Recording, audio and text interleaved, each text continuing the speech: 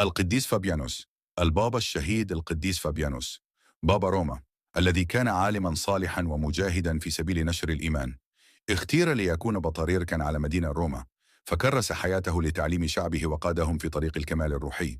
لكن في ذلك الوقت وقعت أحداث جسام، إذ تولى داكيوس الحكم بعد قتله للملك فيلبس، وبدأ حقبة من الاضطهاد العنيف ضد المسيحيين.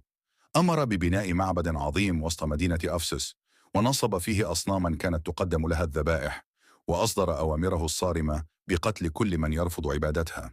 وصلت إليه أخبار القديس فابيانوس الذي كان يثبت المؤمنين على الإيمان ويرفض عبادة الأوثان، فاستدعاه إلى أفسس وأمره بتقديم الذبيحة للأصنام. لكن البابا القديس رفض ذلك بشجاعة وسخر من الأوثان. عندها أنزل عليه الحاكم أشد أنواع العذاب لمدة طويلة، لكنه ظل صامدا متمسكا بإيمانه حتى النهاية.